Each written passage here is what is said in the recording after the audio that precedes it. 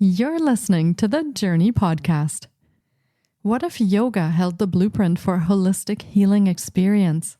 Stay tuned to find out more.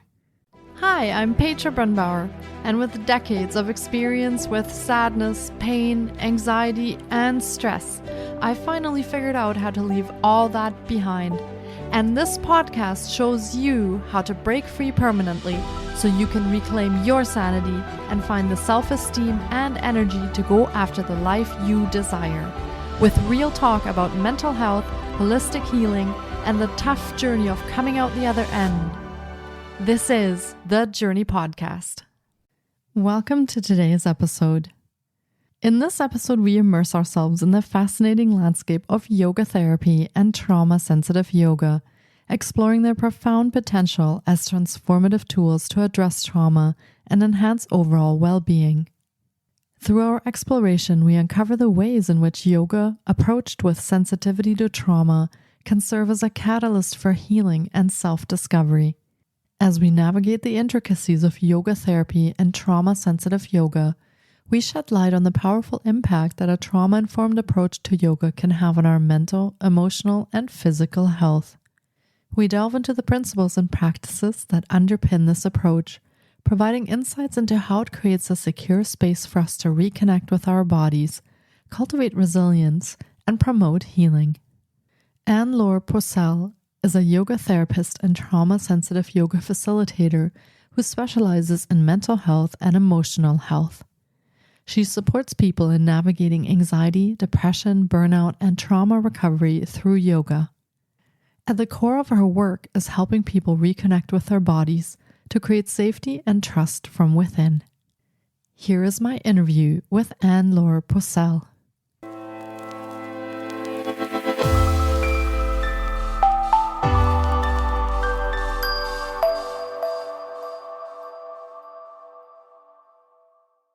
Hi, ANNE-LAURE. It's so great to have you on the podcast. I've been looking forward to getting to chat with you because yoga therapy is such an interesting space for holistic healing and mental health. Welcome to the podcast. Thank you for having me. Yes, it's my pleasure. Actually, I think this is such a wonderful topic to dive into today and explore a little bit more about how all that connects together. So I'm excited to dive in. Do you want to share a little bit about yourself and your own story and how you came to do what you do today? Yeah, of course. I will start when I was an engineer. So that was my first career after I graduated from university. So I did that for about 7 years. And towards the end of my time as an engineer, I discovered yoga, started practicing for myself. I guess I really discovered the benefits for myself. At the time, I was looking for a way to, have more movement practices in my life. But everything that I had tried was kind of not really fully what I was looking for. And so when I came across yoga, I realized that it was, more than just a physical practice. It really helped me mentally as well, and kind of dealing with the stresses of life in general. And so I decided to do a yoga teacher training. At that time, I really didn't think I was going to teach full time. I was more doing it to learn more about yoga, to deepen my own practice, to learn more about myself in general, I think. And, I also used to be someone who did not like to talk in front of people. So that was another reason why I didn't think I would be really comfortable, teaching a yoga class, being in front of a class full of people. And I guess something happened. And when I taught my first class, I really felt like it was something that I was good at, something that I could do. And there was a little bit of discomfort, of course, but I also felt like it was really something that I wanted to share with people. And as I was starting to teach, I came across a few different teachers and mentors who were talking about yoga for trauma recovery, yoga for mental health. And that really, I guess, piqued my curiosity. And I started to learn more about that. I did another training around trauma-sensitive yoga. And yeah, really dove into the ways that yoga can be supportive for our mental health. So yes, the physical benefits are definitely there. And it's all connected. And so our mind, body, and spirit, really are connected to each other and work together. And the more I learned about that, the more I wanted to learn. And I think maybe it's my kind of engineer mind that just wanted to understand how this practice worked and why it was helpful. And so I decided to do my yoga therapy certification. So that took a few years of studying and practicing and working with people. And yeah, so I've been teaching yoga for the last 8 years now. I've been a yoga therapist for the last 5 of those 8 years. I recently did a more in-depth trauma-sensitive yoga certification to really learn more about the different ways that people are impacted by trauma and how really those movement practices and breathing practices and really bringing the body into the healing process can be such a powerful journey, I think. So yeah, that's where I'm at today. Amazing. Thank you so much for sharing your story with us. And yoga therapy sounds fascinating. I mean, we all see those crazy pictures on Instagram where people are twisting themselves into all sorts of poses. But how is yoga therapy different from those things that we might see on social media? Is there a difference? Yeah, so yoga therapy at its core is about working either with individuals, so one person at a time, or small groups that have a similar therapeutic goal. So the idea of yoga therapy is to use the practices of yoga to support a person wherever they are mentally, physically, emotionally, spiritually. And I think a lot of what we see about yoga, on social media or in the media in general, is very much focused on the physical practice, more of the advanced kind of, poses and postures. And for most people, this can feel kind of unattainable or inaccessible. And so the difference with yoga therapy is that it's really there to meet the person where they're at and find practices, whether it is movement or breathing or relaxation or meditation practices, find ways that those things can be supportive for them here and now, regardless of, their physical abilities, regardless of whether they are not able to stand or whether they have I don't know, a very flexible or strong body.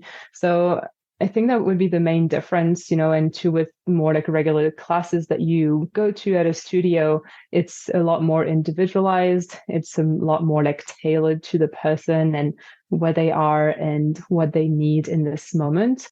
But it's definitely interesting to see the way that yoga is being portrayed, especially in Western countries, and see how maybe a tiny part of what yoga is has been taken and kind of that's the only thing that we see really.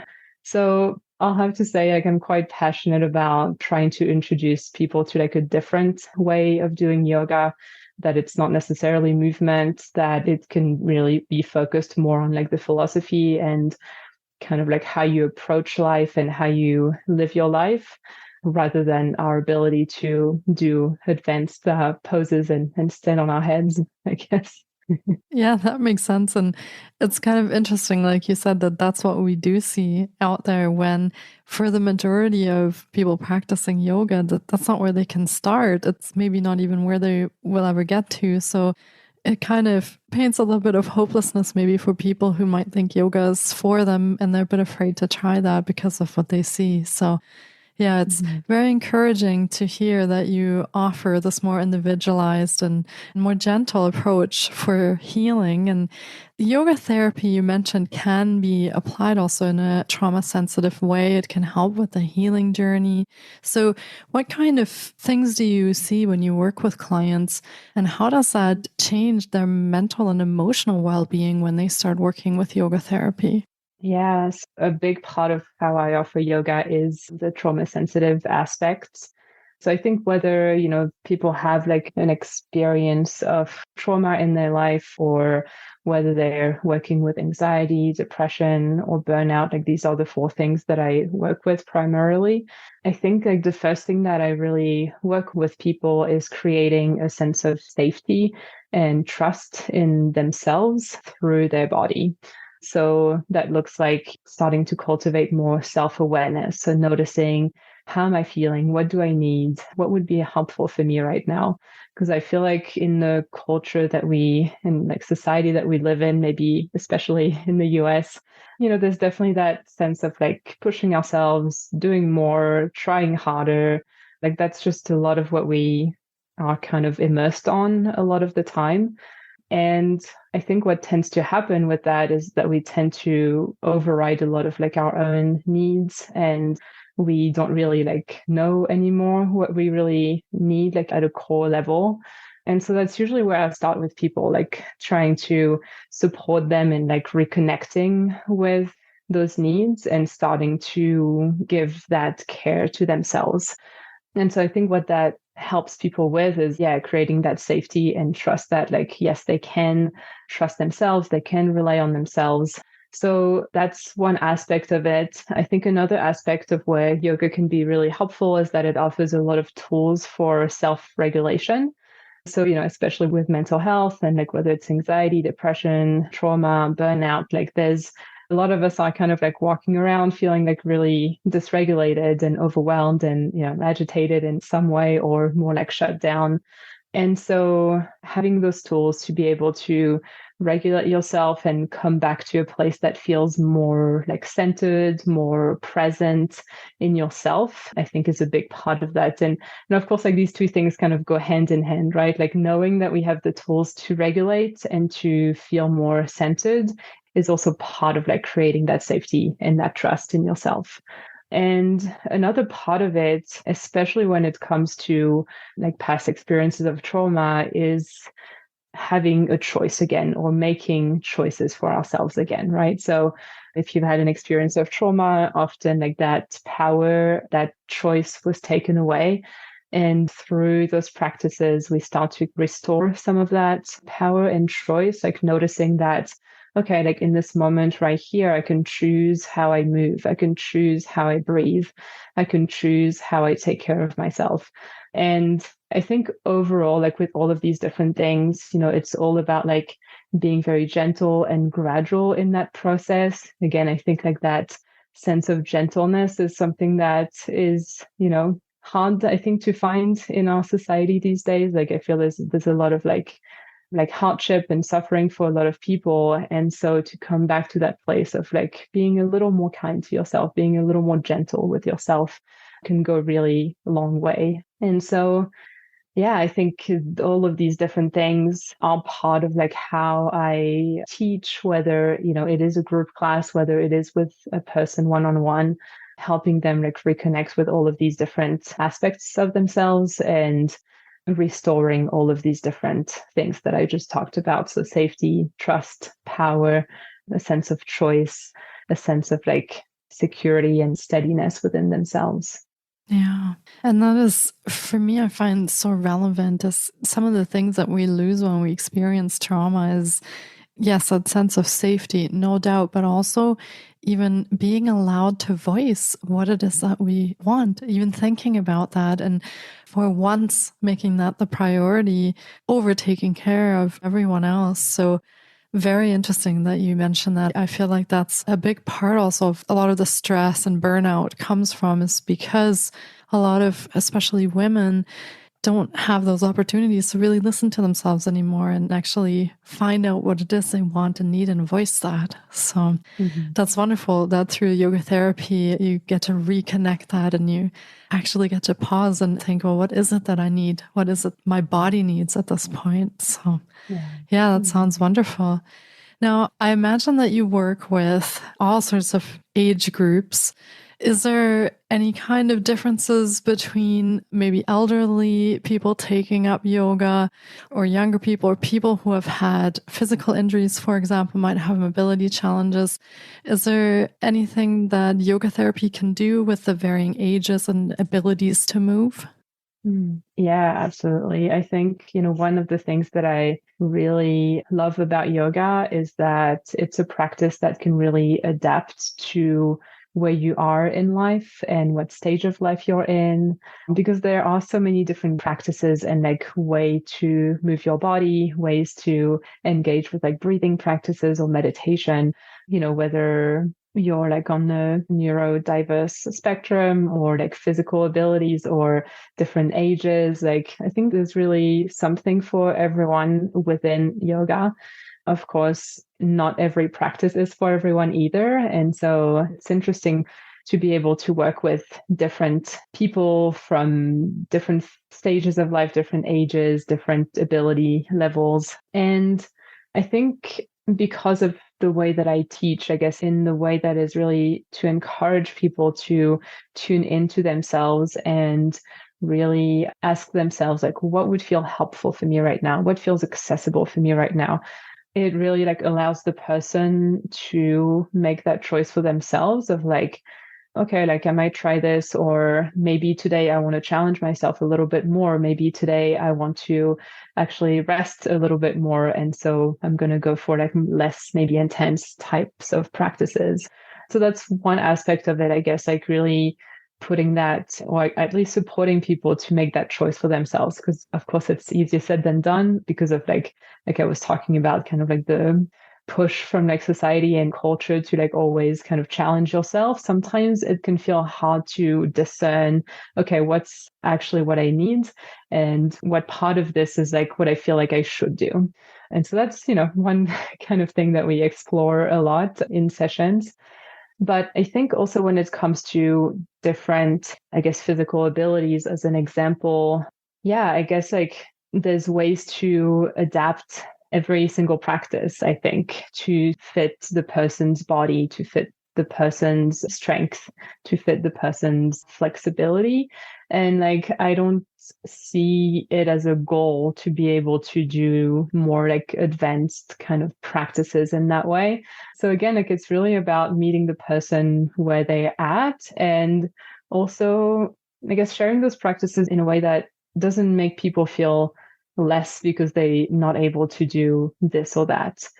Because whatever practice they're able to do, I think like that's where, the benefit is going to come from. Like I often say this in sessions, it's like the best practice for you is the one that you're able to do and that you are going to do. And so I guess it doesn't really matter like what it looks like. And I think that's a tough one for a lot of people to kind of like let go of like, oh, but like I don't look like this typical yoga person. And so therefore I can't do yoga. And so breaking down, I guess, that kind of approach and belief that we, I think all of us have that in some way, it's kind of like part of the practice as well. And being able to find ways to practice yoga that probably look way different than most of what we see, like we were talking about earlier, and letting that be okay, and I think part of that process, and that's a big part of the yoga philosophy is like accepting what is in this moment and being present to, okay, well, today I can't really balance and maybe tomorrow I'll be able to, and maybe not. And it's kind of like going with what each day gives you, I guess. That process of like accepting, okay, like that's where my body is at today and going with that, finding peace with that. I can imagine that kind of acceptance and letting go can be a big part of the healing journey when you don't have to fit into a certain standard that has been set for you, but you can just enjoy the practice and really feel into your body and listen to yourself. So yeah, that sounds very healing, actually.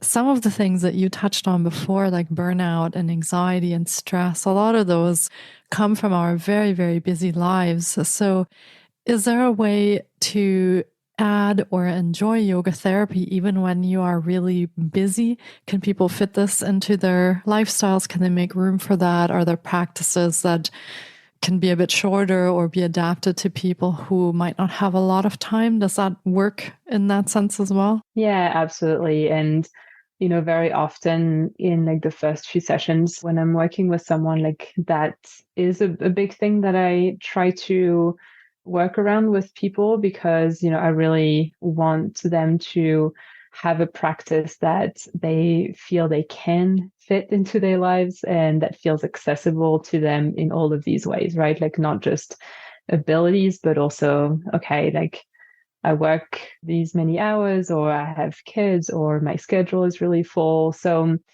yeah, it's about like finding a way to fit yoga into your life and not the other way around, right? So yeah, often we'll start with like a practice that's maybe a few minutes a day, if that's where you're at. And then maybe as you start to make that more of a habit and find, a bit of a routine with it, then there's space to like add to it. But, very often, like a lot of us have this image of like, oh, I have to go to an hour-long yoga class for it to count, whatever that means. And so again, like kind of changing that approach or that, I guess, belief that we have around that is a big part of the work that I do with people very often. And yeah, finding like maybe a 5-minute practice at the beginning of your day. Maybe it's another 5 minutes in the afternoon. Or if you feel like it's a day where you have more space, then maybe you can do a few things together. But yeah, that's a really important like part of it. Again, like if I'm not here to give people things that they're not going to be able to do or that don't really feel like they can fit into their lives. And so we really try to like work on, okay, like what feels accessible, what feels feasible and doable for you at this time. And also knowing that it might change, right? Maybe right now you feel comfortable like having 30 minutes every day to do something. Maybe in a month that's going to change or vice versa. And so knowing that like there's space for things to change and that we don't have to be like so rigid, I guess, in our approach. Because I feel like I'm definitely guilty of that, like of thinking, okay, like I'm going to do this every day at the same time, and it's going to be the same for like the next, whatever, 6 months. And, we often find ourselves like, maybe it's like a week in and it's like, that feels so daunting to try and fit that in. And so also like kind of having a bit of a flexibility with yourself of knowing that like, maybe today you don't do it and that's okay. You can come back to it tomorrow and allowing that to be okay, I think. Yeah. Yeah. And that's almost a wisdom in itself that our body brings to us when it says, oh, today I'm not really up for it, or today I don't have the energy, also telling you some of the things that you do need in that time and moment. So yeah, I love how individual yoga therapy is and how individual you are making yoga therapy to make this accessible to your clients. It sounds wonderful. Now, do you want to tell our listeners a little bit about the programs and services that you offer? So if they enjoyed this episode and they would like to work with you, how can they do that? Yes. So I offer individual yoga therapy sessions. So I do these either locally in Flagstaff in Arizona, and I also offer those online if you don't live locally. So that's one option. And so, like I said, those ones are more individualized, more tailored to what you're going through. And so if you feel like that might be a better fit for you because you need a bit more of that individual support, I would definitely recommend that option. The other option is that I have an online membership. So the idea for this membership is to explore like all of these different things that I talked about actually during this episode of like cultivating self-awareness, learning self-regulation tools, learning ways to make choices again for yourself. So in that membership, we explore all of these different things. And I share with you some shorter practices to support you. There's a community aspect to it. So finding support with each other as well, which is an important aspect of this. And so this one is all online. So obviously it's a less individual option, but it can be a good way to give it a try and see if like any of those practices resonate with you and if you find that supportive. So yeah, that's the two options that I offer at the moment.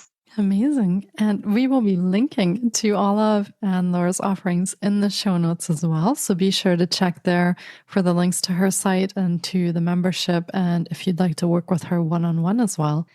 And this has been another incredible episode, and I really hope our listeners have enjoyed our journey into yoga therapy as much as I have. It has been fantastic chatting with you today on the podcast, ANNE-LAURE. Thank you so much for your time and wisdom today. I loved all the things that you shared with us, and I hope our listeners found this really, really valuable as well. Yeah, thank you so much for having me. It was so much fun to talk about this and share this with your listeners. Yeah, amazing. Thank you so much, and take care. Thank you so much for taking time out of your day to listen in. If you enjoy the Journey podcast, please support us by subscribing, sharing on social media, and leaving us a review. We appreciate you. And you can find more of The Journey on Facebook, Instagram, TikTok, and our website, thejourney.com. Sending you love and courage, and see you next time.